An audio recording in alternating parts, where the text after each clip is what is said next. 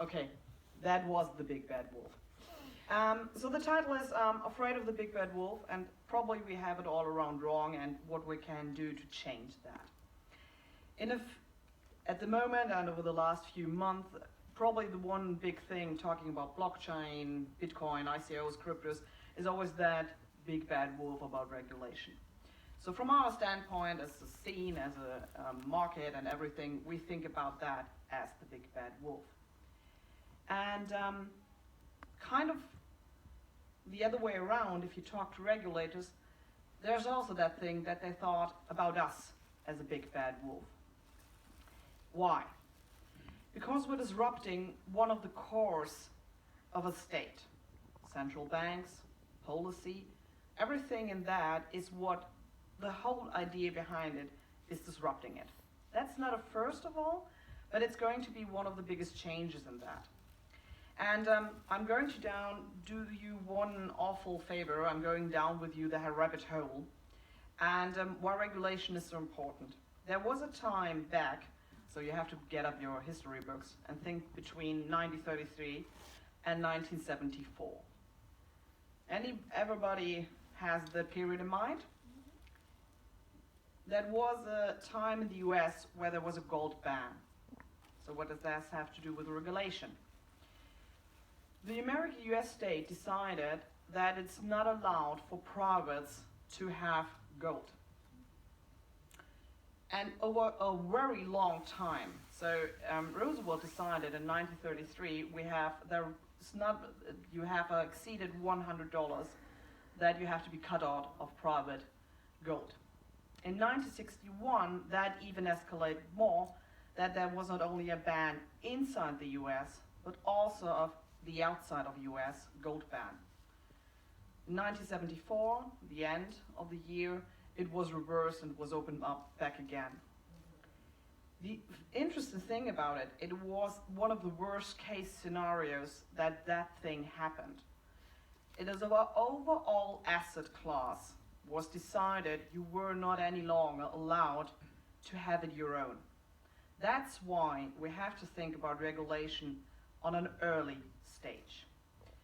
And if you think about regulation, that's why I introduced myself, I'm not a lawyer, you normally think about it as a lawyer standing point. But if you're talking to regulation about lawyers, you're deep down in a process and probably deep down in a hole. If we change the communication up earlier, and that's why we came in, the first company I ever founded was an independent asset manager in Switzerland. And in Switzerland, it's a little bit different way to go around. You have two possibilities to go that. But there's one thing for sure, you have to do it regulated way, like everywhere around the world. But the interesting thing was, as we did that regulation, it was very fast forward. So we're not the brainchild of the brightest people in the room, but we tried to do something very different, which we did over the next 10 years, 12 years, even better, is we started an early on conversation with the regulators. And that's where we have to think a little bit different about regulation.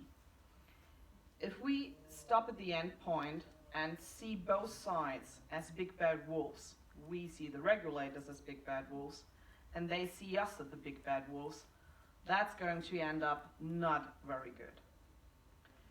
So if you change the perception on that, and what I studied was math, finance, and psychology, and that's what I want to give you, is a handset of what can we do to an early stage to change that communication. Today's a good example. I'm German, but I'm speaking English, and I'm speaking English with everybody of you, and we are all around the world, and so many from Poland and wherever. The only chance we have to communicate properly today is by translation or come into a common language. And if you think always about financial markets and regulatory, there's one thing what is not in common. It's a common language. There is no translation. So first of all, if you want to be on the side that you do not will be shut down like gold ban, think about that bad example of that, the first thing is we have to open up a communication with the regulator early on. But from a different standpoint than do it just like talking. talk to them on a translated way that they can understand you. That's like the first thing. And it's kind of a thing where you normally think that should be so common sense. But I sat in so many regulatory meetings and so many pitches and all over that there was standing an introduction of financial market introduction or whatever, and the regulatory side didn't understand it.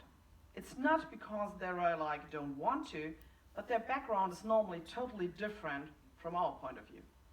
They didn't study finance, there are no nerds and geeks in it, and probably the one who executing or proposing laws, what did they do?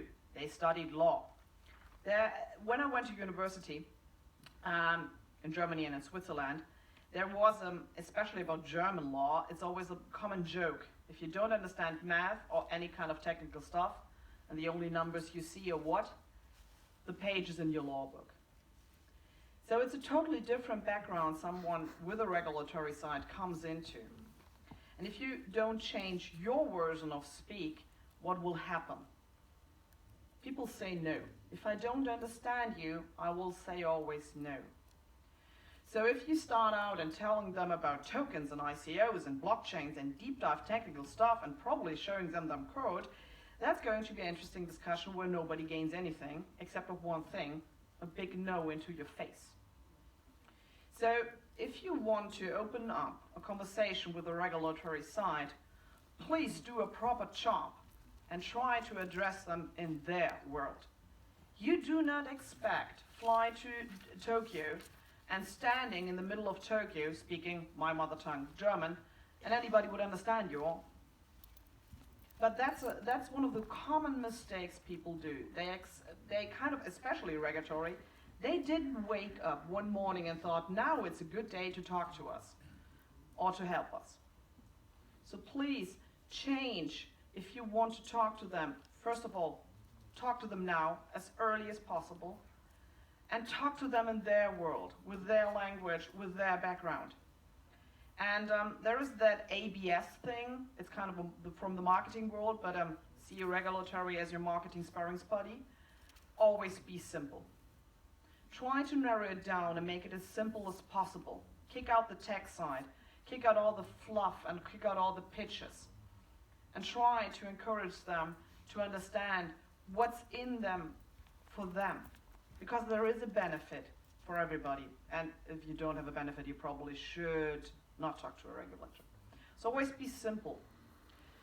And the second point is, after also doing early talking, try to educate your regulators. We're at the moment talking probably in German and in Switzerland, and there's regulatory discussion. But what about your company? Do you help like on a broader spectrum to educate your regulatory side? You have a little video on Facebook or whatever where you tell like, dear regulators, that's what we really do and want to work with you.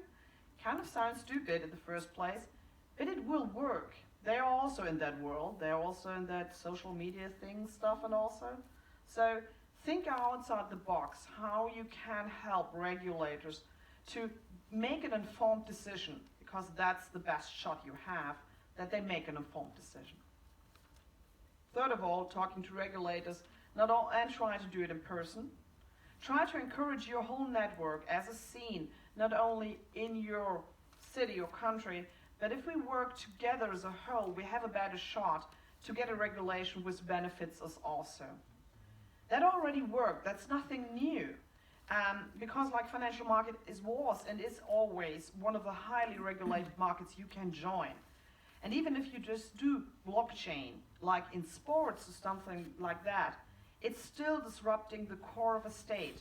And about that, all the discussion with storage and over time and independent storage, that's disruption of a core, and there will be regulations. And that's not, I'm from the investment side, really. I'm hating all that risk stuff. But you cannot make money if you ignore that stuff, because then you will be shut down, and that's not a funny thing to happen. You just will burn more money with it. So that's like the three biggest points in talking to regulators.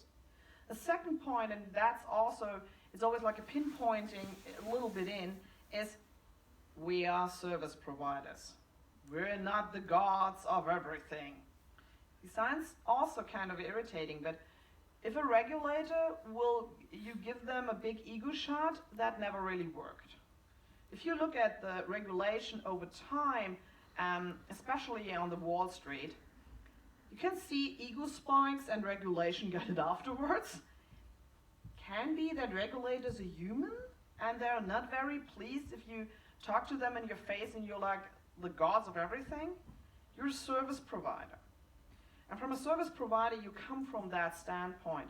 We're providing a service and not like owning the room. That will not be a good idea to get over human, like if you're always telling them what to do. Like me at the moment. It's always a little bit, if you tell people what to do, they're always a little bit resistance. Do I really follow her? Do I want to follow her? Just out of because nobody wants to get told to be what to do. So think about it from your really position of a service provider. How can I provide a service to the regulatory? And that's where we go to the last point, which is one of the biggest points. And it's funny that we're in Berlin. As we arrived yesterday, I'm prepared to go into Berlin, what means I have to get cash. Because everywhere in Berlin there's this little sign, you can't just pay in cash. So it's kind of interesting that we're here. But these people really don't know what we're talking about. They probably heard of Bitcoin because it was in the Bild-Zeitung. That's also a funny thing because it wasn't the Bild-Zeitung and then it broke the course down, but okay. That's kind of their point of view. If we talk to them, but they're also our potential customers. And if you get a broader base, if you get more customers, more potential customers, people interested in what we do, and especially not only interested, but especially encouraged and engaged in what you do, the regulator will not as fast cut you down. Why? Because regulators are human, enthusiasm drives business, and gets the regulator not so fast on your side. Another good example is if you look at the development of social media and tech companies, they did that. They encouraged a big base on a very broad spectrum that the regulation now, like if something silly or bad happens, regulation will kick in, but not as early on as you are in a scene where nobody really understands what we're doing. So not only trying to think about encouraging and getting potential customers as a marketing and sales side, but also on a more educational tool. Because many things in that, what blockchain, cryptocurrency and stuff does, is really a shift in mind people don't understand.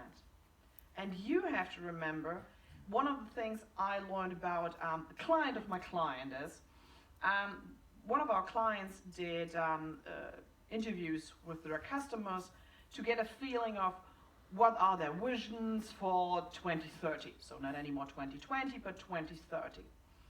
And there was one statement which stuck out very broad. And that client said, you know, I really don't know by 2030 because I'm not really in the now. And if you think about that, there are encouraged and educated, intelligent people, but they're still overwhelmed with the state of the art now, and they just see probably a little box of it. And what we're talking about, if I'm posting on my social media stream, on Facebook, where the crowd who's following me is a little bit different than my Twitter crowd, like everybody's questioning, what the hell is cryptocurrency and blockchain? Because they're just like, okay, I heard that probably before. But that's the main broad aspect out there. And if you do a really good job at telling people the charm and the benefits and all the cool stuff which is going to happen, you get a broader base. And that circles directly back to regulation. Not only why regulators are people, but also regulators have a bigger problem on regulating stuff if there's a huge crowd.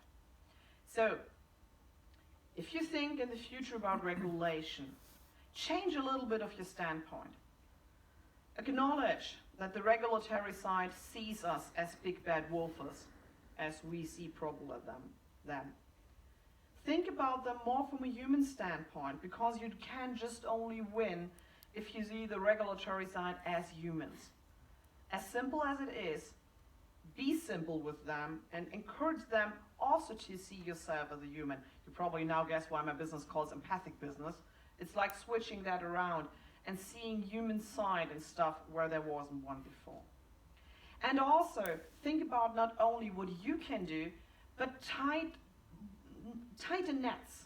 Connect all over, because what you probably found out with one talk can help somebody else. And also on that all connecting world we are, we can do a better job in that. So that are my 3 little points for you to encourage think regulatory out of the box from a more human perspective. A round of applause, please. Well deserved. Barbara Lampl. Thank you, Barbara. Any questions, ladies and gentlemen? It's now or never. Yeah. Okay, yeah, there's one over there. Go on.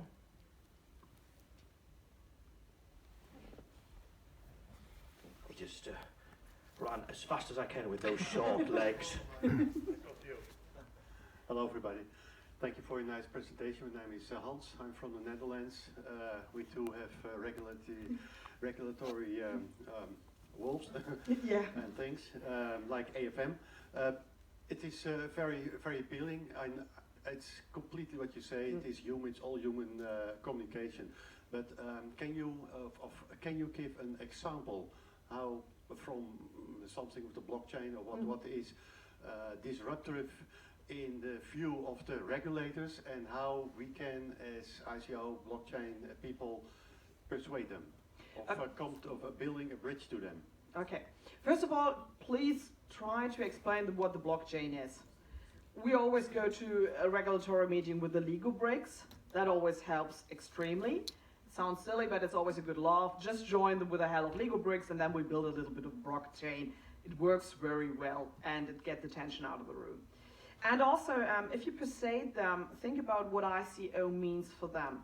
ICO means for them that there, instead of initial public offering, which is a hell of a background on the legal side, where also not only the potential investors get an insight into the company, also the regulatory side gets an insight into the company, and of course there's like the tax thing. States are always a little bit funny about if they don't get taxes. A little bit screwed about that. We don't know why, but it's like that. And if you pinpoint out, what you can do is look at what would normally happen in an IPO, and just start from there to translating that, what it means for an ICO. So where probably is the benefit of probably it's more lean or more agile, and they don't miss out the taxes, and there is a bigger, but matches like from a sense where they know what that is. Always you have to start out from people, they know what that is. In an IPO, they know. Building up a company, they know. They already knew that. And then go from there and translate it to the new version of it. And pinpoint out in a very plain and simple word what they have into it. Don't talk in one picture says more than 1,000 words, because that's an awful thing, because you don't want 999, you want one word there. So be exact and be very plain, but always do that connecting thing. The biggest important thing about is connecting old with new, then like wait a little bit and then move on. It's a classical persuading thing, connecting old with new. But if you don't know the new and you're stuck on, I want to go with the old, your brain and your human will not connect dots. They don't do it. Thinking in translation is extremely difficult. It's one of the main challenges of a human brain. And if you think about a regulatory who is quite stuck in it, is old school, there you go. So that probably would be one of the easiest techniques to go. You're welcome. Any others? Yes, over there. It takes time, I know. Unless you want to shout, we might hear you from there. No, right, I will go to you as well. Okay, thank It'll you, be sir. faster. Really appreciate it. Thanks, Barbara, for this awesome speech. I totally agree with you, and we have some wolves in Poland as well. I'm Lucas from Blockchain Alliance. And yeah, we founded this blockchain alliance thing in Poland because of those problems you mentioned. And do you know any European organizations who are working on educating regulator and other companies, like big companies who are? Not really. That's one of the biggest problems. You have normally, if I work for really big, we did consulting on really big financial market players, but still there was probably one person in the room and everybody was afraid of it, corporate and compliance officers, always a little bit frightening, and we always try to weigh, they are killing business. It's not really, there is not really that thing about, still there is no connection. So if it's a really interesting thing that there is no, you can probably connect with the financial side and look at the compliance officers. There are your best shot.